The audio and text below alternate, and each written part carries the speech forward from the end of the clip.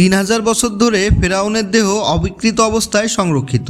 এটা ছিল বিজ্ঞানের এক অবিশ্বাস্য রহস্য। কিন্তু 1981 সালে এক ফরাসি ডাক্তারের গবেষণা আর পবিত্র কোরআনের একটি আয়াত এই রহস্যের সমাধান করলো এমনভাবে যা শুনে সবাই আশ্চর্য হয়ে যায়। 1981 সাল তৎকালীন ফরাসি প্রেসিডেন্ট মিশর সরকারের কাছে অনুরোধ করেন ফেরাউনের মমি গবেষণার জন্য ফ্রান্সে পাঠাতে। মিশর সম্মতি দিলে লাশটি যখন ফ্রান্সে এসে পৌঁছায় তখন যেন তাকে স্বাগত জানানো হয় একজন জীবিত রাষ্ট্রপ্রধানের মতো।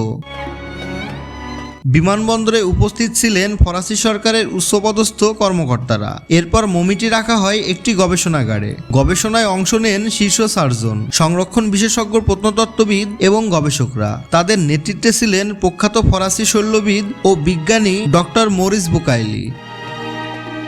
তারপর শুরু হয় গবেষণা, ঘন্টার পর ঘন্টা। গবেষণার পর ডক্টর বুকাইলি এক চাঞ্চল্যকর তথ্য আবিষ্কার করলেন। ফেরাউনের দেহকোষে লবণের স্ফটিক এটাই চূড়ান্ত প্রমাণ যে ফেরাউন ডুবে মারা গিয়েছিলেন। তার দেহ সাগর থেকে উদ্ধার করে মমি করা হয়েছিল।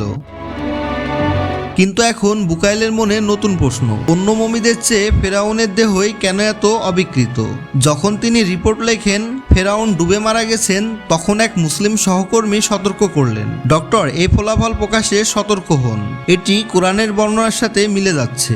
অসম্ভব, 1400 বছর আগের গ্রন্থে এটা কিভাবে থাকতে পারে? সন্দেহ আচ্ছন্ন বিজ্ঞানী বুকাইলি রাত জেগে কোরআন খুলে বসলেন। তখন তার চোখ আটকে গেল সূরা ইউনুসের একটি আয়াতে, অতএব আজ আমি তোমার দেহকে রক্ষা করব যাতে তুমি পরবর্তীদের জন্য নিদর্শন হতে পারো। বাইবেলে ফেরাউনে ডুবে মরার কথা বললেও দেহ সংরক্ষণের ভবিষ্যৎবাণী শুধু কোরআনেই আছে। বিজ্ঞানী বুকাইলি বুঝলেন এটা মানুষের রচনা হতে পারে না, এটা ঐশ্বরিক সত্য। কিছুদিন পর সৌদি আরবের এক মেডিকেল কনফারেন্সে এক মুসলিম আলেম আবার তিলাওয়াত করলেন সেই আয়াত। ডক্টর বুকাইলি সবার সামনে দাঁড়িয়ে ঘোষণা করলেন, আমি সাক্ষ্য দিচ্ছি আল্লাহ ছাড়া কোনো ইলাহ নেই, মুহাম্মদ তার রাসূল, আমি মুসলিম। সেখানে উপস্থিত শতাধিক বিজ্ঞানী ও আলেমদের চোখে অশ্রু।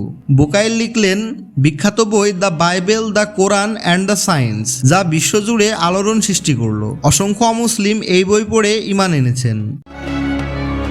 ফেরাউনের দেহ আজও সাক্ষ্য দিচ্ছে অহংকারের পরিণতি। এই ঘটনা শুধু ইতিহাস নয়, এটা আল্লাহর পক্ষ থেকে জীবন্ত প্রমাণ।